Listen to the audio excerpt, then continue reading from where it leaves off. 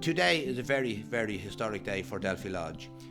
For the first time ever, we are welcoming the Famine Walk through the gates of Delphi.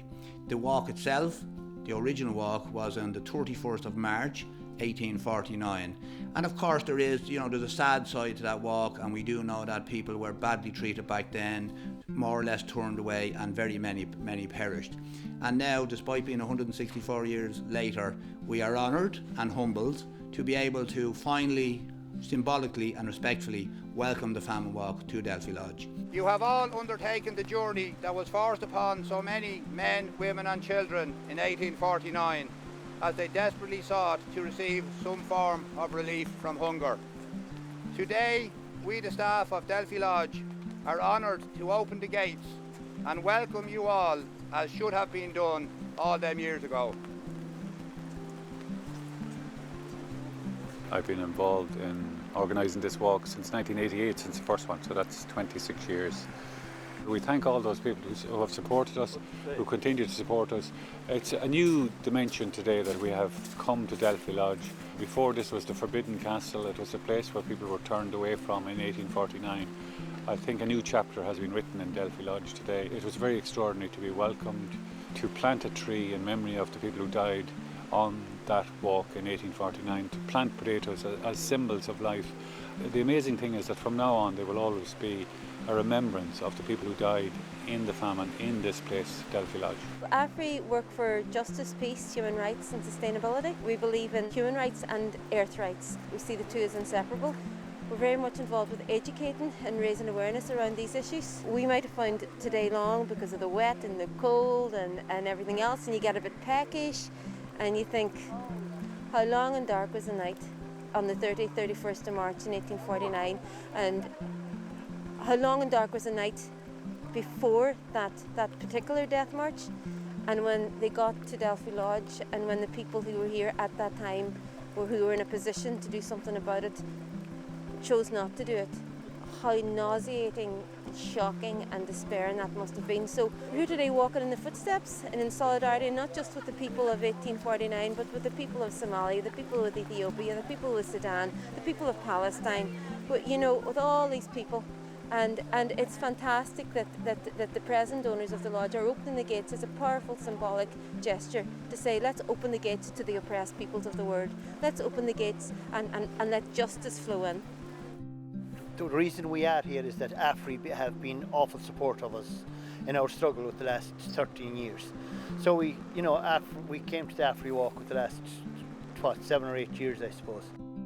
You must think of how people came here, in the time of the famine, and how they came for help. The doors were closed against them, and at that time they were almost dying.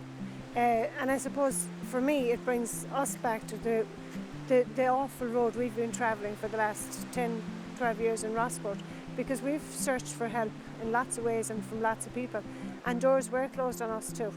I'm overwhelmed by the emotion that it has stirred in me, because listening to the speeches before we started and the history of the 600 who travelled here in 1849 and starved and no food, and the gates being opened, allowing us in and feeding us with scones and tea, it's an unbelievable experience. I feel very proud to be here despite the weather, and I have very great connections with Mayo myself, for the fact that I was baptised by an Irish priest from the County Mayo for the Part O'Toole, and also what you are working on today, connecting that to the real experience of our life today, it's actually very, very much significant, because there are so many people that continue to die of hunger and famine, especially in Africa and in my own country, Kenya, in the northern part of Kenya.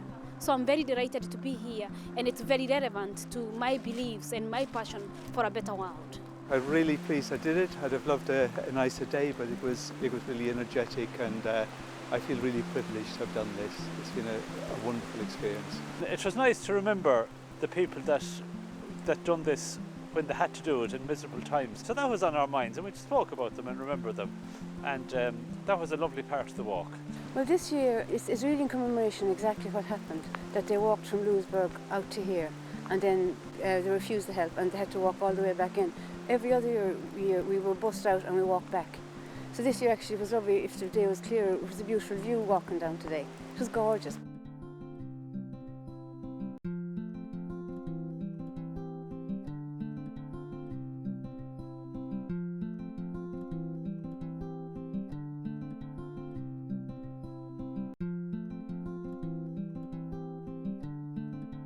the timing is right now. Ireland internationally is seen to be moving on, opening gates and building bridges. And even though this is a very strong local story that today finally will be respectfully received, it sort of has national implication. And I think, you know, the symbols of opening the gates, building bridges, acknowledging the past while positively moving forward, they're all in today's event, and we're very proud of it. What would have been going through their minds, you know, walking all that way, and a mixture of hope and desperation, you know, and in the condition, I mean, it's very hard to imagine. I think it's a lovely thing for Michael to do, to open the gates finally, and to allow the names of some of those people to be carried through the gates. I think that's a beautiful thing, and it's a very good thing to remember.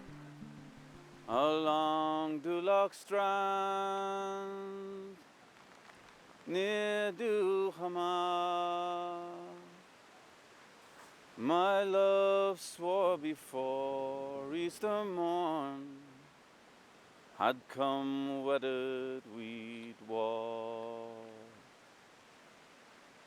But now she is lain, stones over her breast, not even the cold kiss of clay for to hurry her rest.